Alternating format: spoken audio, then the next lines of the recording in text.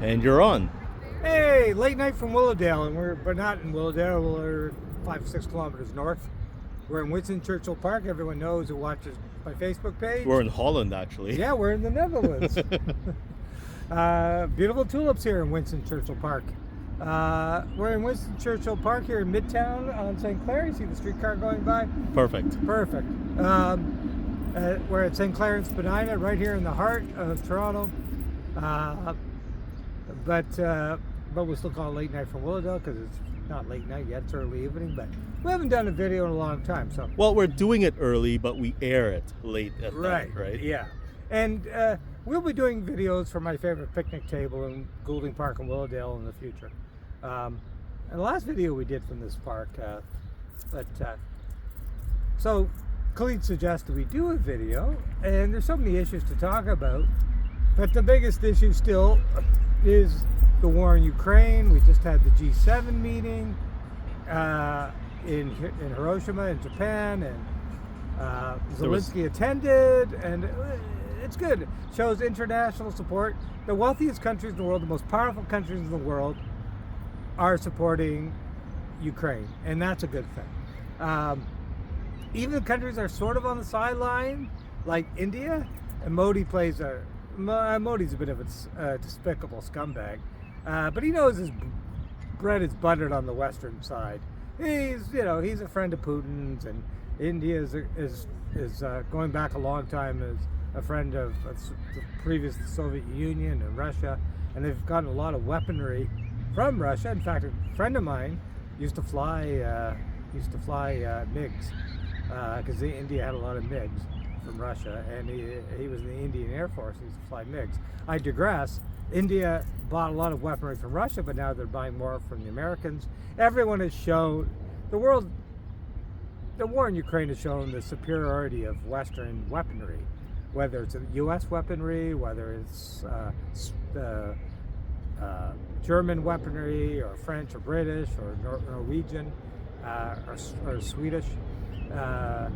Western military technology is so far superior to anything that Russia can produce, or anything that China can produce, or anything that any other country can produce. This video is not an advertisement for militarism and increased fighting. It's just you got to know who's buttering your bread, right? Right. I mean,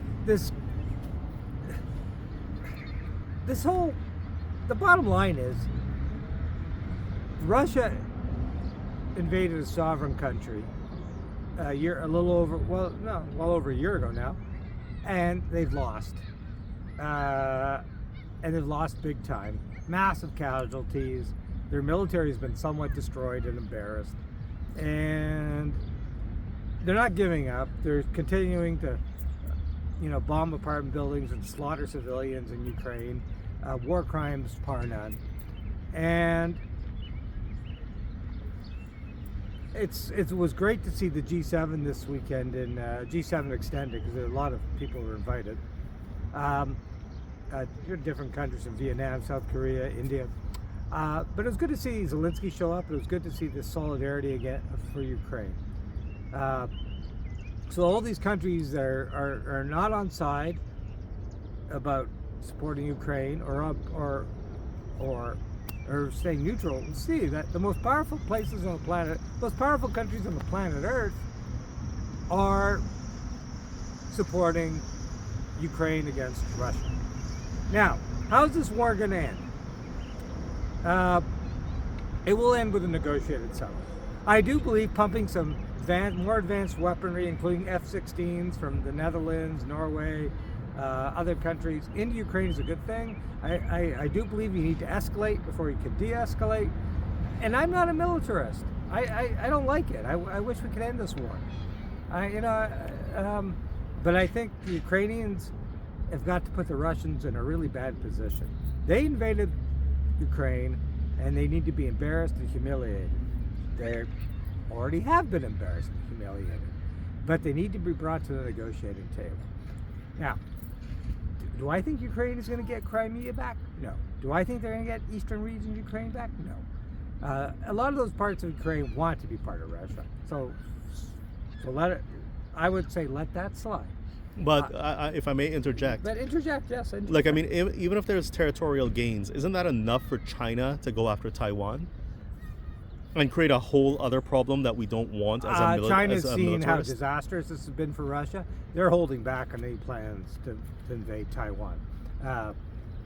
But it shows if you can be an asshole though, like you could still get what you want, right? At least partially. But, if China invaded Taiwan, the world economy would go into a tailspin, and the Chinese don't want that. Mm-hmm. The Chinese are drilled, bored, and hammered. They don't know what they want. They're so screwed up. They've just come out of COVID. Their economy is just slowly recovering, and China is kind of isolated as well, for all different reasons. And the fact that they didn't give weapons to Russia says something. But the fact that they won't actively engage in telling Russia to pull back says something too. The China want to play both sides of the game, as does India and South Africa and some of these countries. India, as we say, he was at the G7 last year, he was at the G7 this year. India knows where its bread is buttered. Modi's just playing Modi's just playing a weird game, just like Erdogan in Turkey. But the bottom line is, there'll be a negotiated settlement. Or there'll just be an armistice, like what happened in the Korean War in 1953. So forgive my ignorance, but like, why is an armistice bad considering South Korea and North Korea? Well, no, it's worked. I mean, the end of hostilities certainly has worked for South Korea, because they're one of the most powerful countries on the planet Earth economically. Mm-hmm. Hasn't so well worked for North Korea, which is kind of a disgrace and an embarrassment, and a very impoverished, kind of nutty place. Obviously, the best Korean unification would be the best thing happening, but that's not going to happen anytime soon. But at least the hostilities stopped. South Korea prospered. North Korea went into nutty land. But they're actually North Korea is a bizarre place. They obviously have enough intelligence and technology to produce nuclear weapons. So, but that's where I think the Ukraine-Russia conflict will end, in an armistice. Putin will never be able to concede defeat. He's got enough internal opposition now. There are lots of problems. The Russian elite is beginning to turn on him. Mm-hmm. Not so much the Russian people, because they all bought into the game, but the Russian elite is beginning to turn on him. He knows it. He's in a very difficult position, Vladimir Putin, and if with all this new weaponry going into Ukraine, and they make major advances over the summer, Putin will be squeezed, and who knows? I'm hoping they get into Crimea, to tell you the truth. Like I know it'd be nice. For Crimea, is they should have had a referendum that was internationally supervised. Let the people of Crimea decide whether they wanted part of Ukraine or Russia. Mm-hmm. Same with the Donbass, the eastern regions of Ukraine. Let them have an internationally supervised referendum. Mm-hmm. Okay. So, for me, I think this will end in an armistice, like the Korean War in 1953. No side, it's stalemate basically, but hostilities end, and I think that's what's going to happen. I don't think I don't think, despite even the advanced weaponry that the West is pumping in, I don't think Ukraine's going to win, and Russia's certainly not going to win. Russia's already lost, right? We've said this in previous videos. Everyone knows it. They've lost. They're isolated. Their economy's gone. Their economy is still surviving, but it's not doing great. And they're totally embarrassed, and their military has been embarrassed. And so Russia's lost. Putin gambled, and he lost. So now it's just a matter of Putin and the Russians trying to maintain some sort of credibility. I don't know how they maintain credibility by killing innocent civilians and bombing apartment buildings and stuff. And banning Erin Burnett. I mean, come on. Yeah, Erin Burnett is pretty and she's smart and like, you know what I mean? Well, they don't want to, exactly, in jailing a Wall Street Journal reporter who did nothing wrong. Yeah. Like, this is a guy, Putin, Russia, Putin is a guy on the edge. He's willing, he doesn't know he's jailed. I mean, Russia is under Stalin-like repression. I mean, it's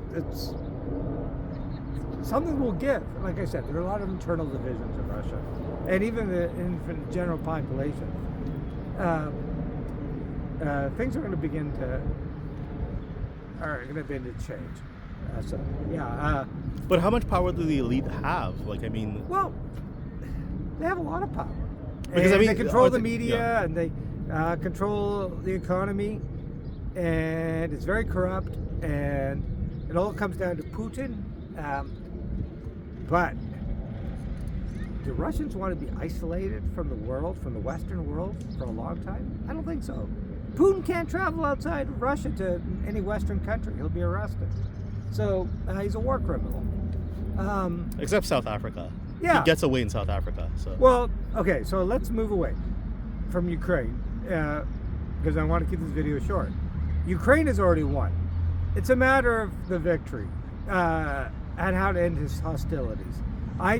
With all this new weaponry being pumped into Ukraine, I think the Ukrainians will be able to make some gains and put the Russians on defense, where they're already sort of on defense.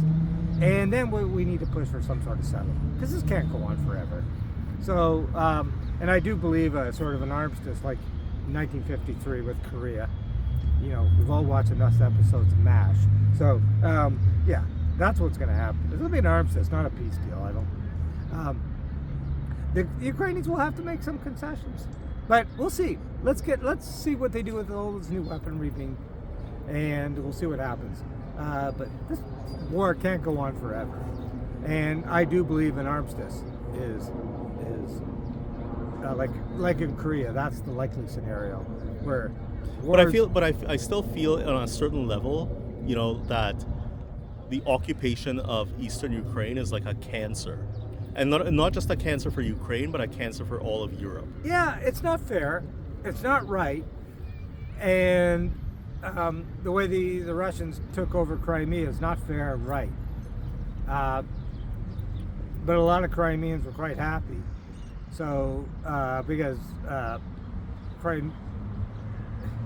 everyone knows Crimea is pretty much Russian speaking. These parts of Ukraine are Russian speaking.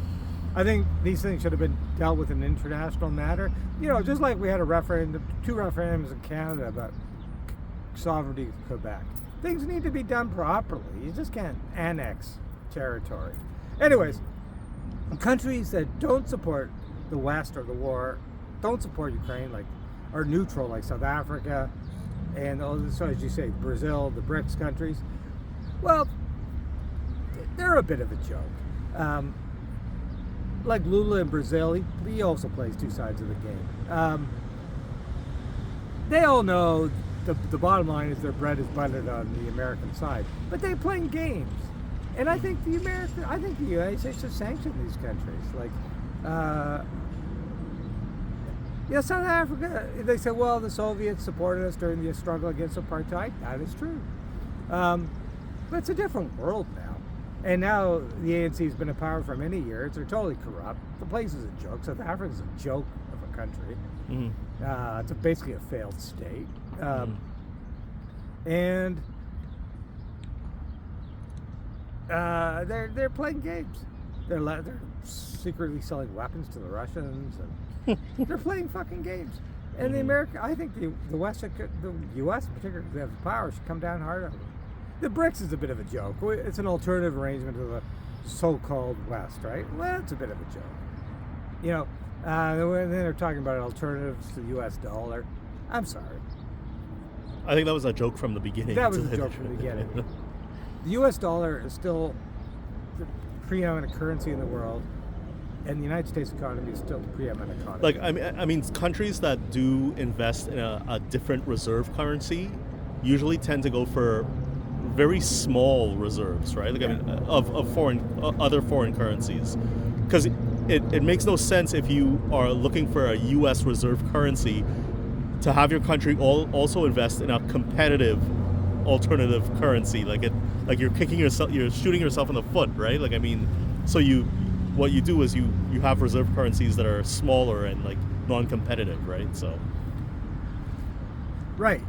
And don't get me wrong, the weaponization, the Americans have power, so they can weaponize the American dollar, they can sanction people, like the sanctions they had against Iran or Cuba, or whatever. It's not always fair, but you're not going to replace the American dollar, not anytime soon. And everyone talks about, the Chinese currency, the renminbi or yuan, or whatever the hell it's called. It's not going to happen. The American dollar is the reserve currency of the world. Things are traded in the American dollar. It's not going away anytime soon. And all these people, all these countries say, oh, we're going to have alternative trading relations. Ultimately, you're not. You can't. And I'm not saying that maybe that's right, but I'm sorry, that's the reality. The American economy is strong. It's powerful. It's one of the reasons Americans don't need a lot of trade agreements is because they have a huge internal economy of 330 million people, of relatively wealthy people. Americans don't really need anybody. And they're part of, and with NAFTA, between Mexico, Canada, and the U.S., they got everything they need. They want resources from Canada, stuff from Mexico. They got it. So this idea of the BRICS and all these people, we're going to set up an alternative world economy and get rid of the U.S. dollar. That's just la la land. That's just they're just smoking too much crack. I mean, that's not going to happen. So all these countries, Brazil, South Africa, India, they're all part of BRICS, and they don't want to take a neutral position on the war. They're just clowns, basically. And most of them are corrupt, right? South Africa's totally corrupt. Brazil is minorly corrupt. Lula, I think, doesn't know. He inherited a very strange country from Bolsonaro. Lula, I don't think, knows what to do. Brazil, and Modi is trying to totally turn India into a wacky totalitarian Hindu state. That'll never happen. By the way, India is such a polyglot of religions and languages and cultures, and that'll never happen. You can never India will always be some sort of democracy because it's too diverse. So Modi, I think, knows that too. So, but the fact that he went to the G7 and he's accepted, I think Modi, that should teach him a lesson. We'll invite you to our club, but don't turn India into a totalitarian state, which even if he wanted to, he couldn't. He wants to, but he can't. India is too diverse and such a polyglot of languages, ethnic groups, languages. Oh my God, from the Punjab to West Bengal to Tamil Nadu and Kerala. Oh, yeah. Too many Hindus want to rape Muslims as well. So I mean, like you can't justify that. I spent 4 months in India. That place will always be a hard place to govern, and you could never turn it into a Russia. You could never turn it into a totalitarian state. It's such a polyglot. Now, Turkey is a bizarre place. The election, I was hoping that Erdogan would lose. Looks like he might squeak out a victory next Sunday, a week from today. That's too bad. But he'll have to listen to a lot of people. Yes, I'm sure he's realized that he's not that as popular as he thought he was. So hopefully he reforms. And Turkey was such a vibrant country, and he's turned it into a kind of he's trying to turn it into what Modi is trying to turn India to, in a liberal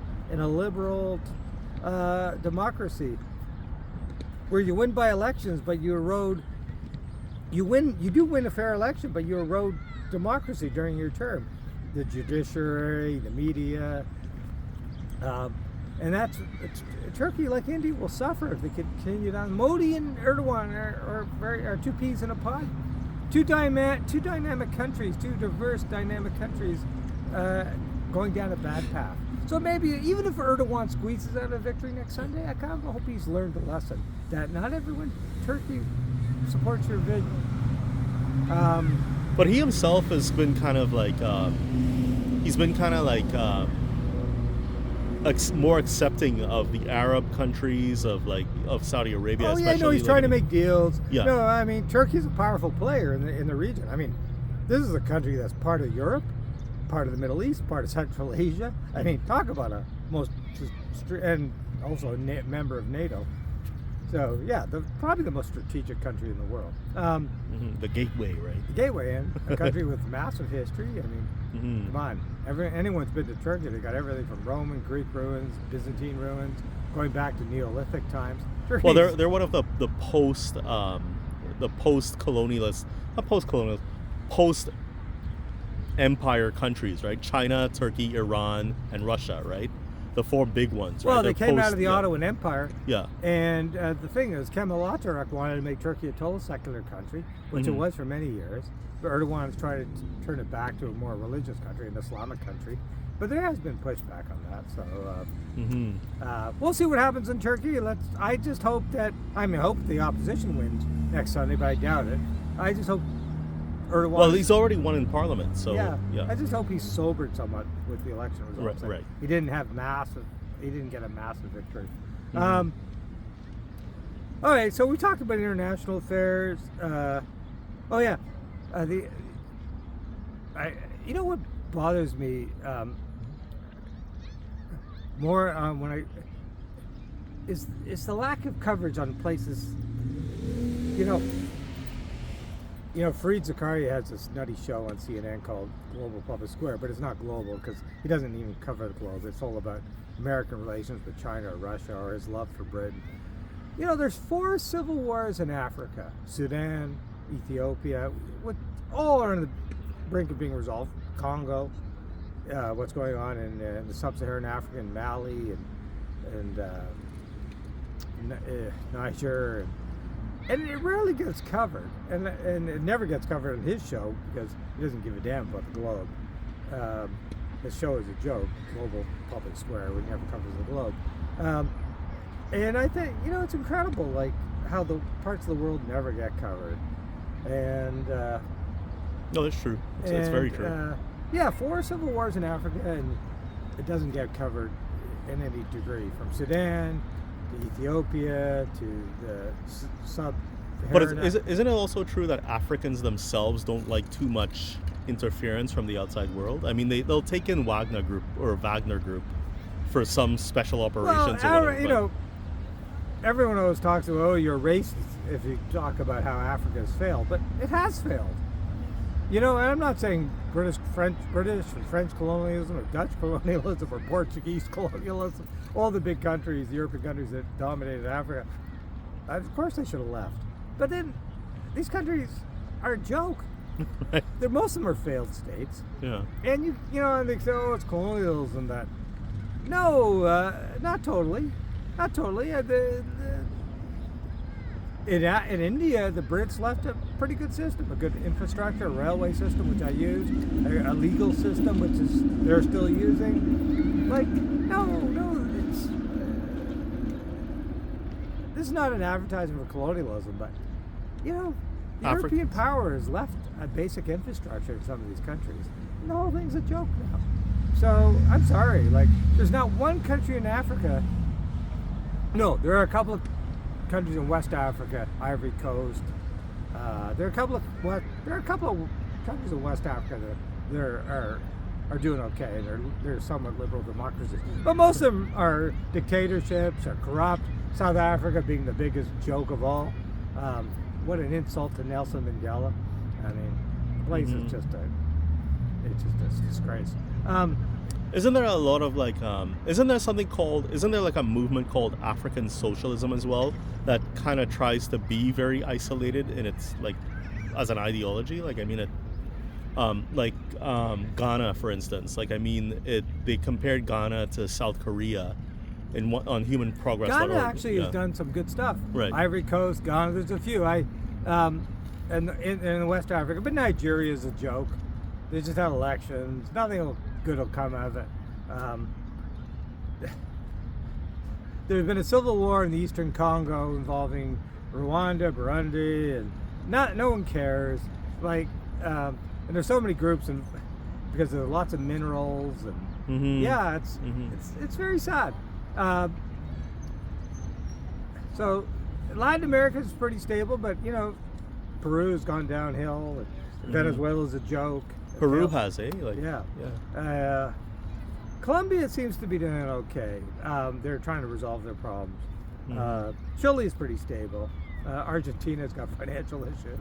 Latin America is not. Mexico is basically a failed state, run by drug cartels.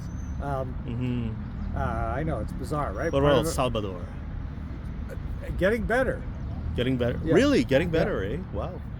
El Salvador is getting better. They've curtailed the drugs cartels and the gangs. So, but Nicaragua is a joke. Daniel Ortega, who was back in the 80s, everyone on the left was a big fan of Nicaragua. He's turned into a nutty whack job state. It's sad, right? The world is still a pretty screwed up place to end this video. And I know we've so much to talk about, but I do believe that Biden and Trudeau, as much as I don't like Justin Bieber Trudeau, I do believe in this idea of trying to create a coalition of democracies, countries like Canada and U.S. and Britain and Holland and all that believe in the rule of law. You still have the rule of law, and that we're not. Canada's somewhat corrupt, U.S. is somewhat corrupt, Holland is somewhat corrupt. Well, nothing's perfect, but still a basic rule of law in Western Europe, Canada, but the US, proof is in the pudding, Australia, right? New Zealand. Yeah. So I believe in that, keeping these coalitions together, and there's nothing wrong. There's nothing to be ashamed about keeping a coalition of democracies. The world is still a screwed up place. The war in Ukraine, though, has changed everything. Who's on, and we'll see where it all goes. Now, currently, this video was supposed to be 10 minutes, it's gone way up along that. Because we don't do videos very often. But now, in terms of domestic politics, this whole thing with China interfering in Canadian elections and everything, yes, it needs to be looked into, and we need to be aware of that because China does that everywhere. But the media's fixation with this is a bit much. Oh, I have one question. Do you think Pierre Poilievre is right in saying that David Johnston is kind of like an insider with the Trudeau crowd? Because it seems like I think he's close. Yeah. Poilievre is a joke. Okay. Pierre Poilievre is he wants to be prime minister of grade 4. Right? Like his cranium capacity, his mental capacity seems pretty limited. He's a bit of a joke. He's Trump light, right? It's very sad that the Conservatives put him in charge. But the Conservative Party's a bit of a joke. But, you know, he appeals to a lot of people, so we'll see what happens. But that is very sad that that's the opposition. He's cartoonish.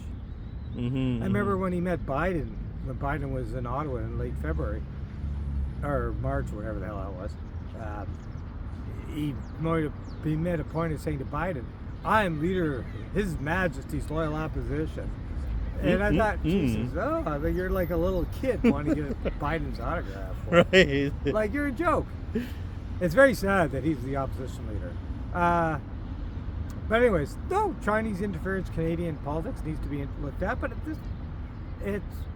this fixation is a bit much. It's a media fixation. I don't think most Canadians really care. But we got to look into it, but yeah. But let's go back to the local politics. We'll end this on local politics. John Tory should never have resigned many months ago because he had an affair. Who cares? Bill Clinton had many affairs. He turned out to be one of the most successful presidents of all time. And don't be wrong, having an affair is not a good thing. It's unethical and you hurt people and all that. I get that. But people have affairs all the time. You know, the Toronto Star, who was going to break the story of John. There are so many people having affairs in the Toronto Star newsroom. Oh my God! Like John Tory, I don't like. I don't think he did anything for Toronto. But he had an affair with somebody who was his subordinate, right? Yeah, no, but nothing illegal or really unethical happened, and so he shouldn't have resigned over that. And now when he resigned, it cost us this big election, and now we don't have. And now most of the candidates running for election are a joke. Olivia Chow, a total joke. Her only claim to fame is being Jack Layton's wife. Like, she's a joke. And she doesn't have anything to say. And I can't believe people would vote for her. Like, and some of these candidates, they just want to, they're all self-promoters. And it's a joke. It's sad. Our city is in decline, and we got a bunch of clowns running for mayor. There are some serious, I'm not going to say pick and choose, but there are some more serious candidates. I think Mitzi Hunter, she gave up her seat in the legislature to run, so she gave up something, so you got to give her credit for that. She's pretty smart. Anna Bilo, pretty credible. But there are other candidates too I like, and I like the candidates who want to get rid of bike lanes, because bike lanes have been a real problem in our city. They cause congestion, they actually do cause pollution because cars get congested. And the cyclists seem to have taken over our city. Everyone seems to worship cyclists. But I think we're not Amsterdam, we're not Copenhagen or Amsterdam. No, no, we're a North American city, and cyclists are arrogant, nasty. They ride on sidewalks. Yeah. Constraining cyclists is a good thing. Anyways, I could go on and on about that, but I won't, because I don't want people hating me. People already hate me anyway. So everybody hates you. Everybody hates me. There's so many issues in our city, and I don't think any of the candidates running for mayor, the 100 candidates, really have any solutions. And I do believe, though, every new condo building and all the ones that are 70, 80 stories being built in our city should contain many units that are affordable for people. And anyways, I could go on and on, but local issues, and this video. Well, housing. No one's going to watch this video anyway, so what do I care? So, but yeah, locally, I think that we could actually deal with the homeless issue by actually putting real money into shelters, and there are solutions. It creates money and it creates will, and no one's really willing to do it because most of the candidates running they have money, and Olivia Chow is very wealthy. She doesn't really give a shit. She's just running on her name and the fact that she was Jack Layton's wife, but she has nothing to offer. I'm stunned that people support her, and the rest of them are. So there are, like I said, Anna Bilo, Mitzi Hunter, they're credible. But most of them are just clowns. He had this guy in this riding, Josh Mallow, tireless self-promoter. That's all he is. He just loves to see himself on TV. But he was a supporter of the beer in parks initiative. Yes, right? and having a beer in the park, and the fact, yes, and I'll give him credit for that. And of course, that ship has sailed. Of course, their city council have authorized drinking in the park. And it's still up for debate. It's bizarre. City council's kind of pathetic. Everybody drinks in the park anyway, Yeah. so yeah, I don't get it. But anyways, we got to end this video. It was supposed to be 10 minutes, going on and on. No one's going to watch it, so what do I care? well, we're at 33 minutes, so 33 minutes. yeah. So it's up to you. What do you want to do? Let's just cut it off. Municipal politics, I have to admit, though, as much as I do support the candidate trying to get rid of bike lanes and all that, I think Mitzi Hunter and Anna Bilo.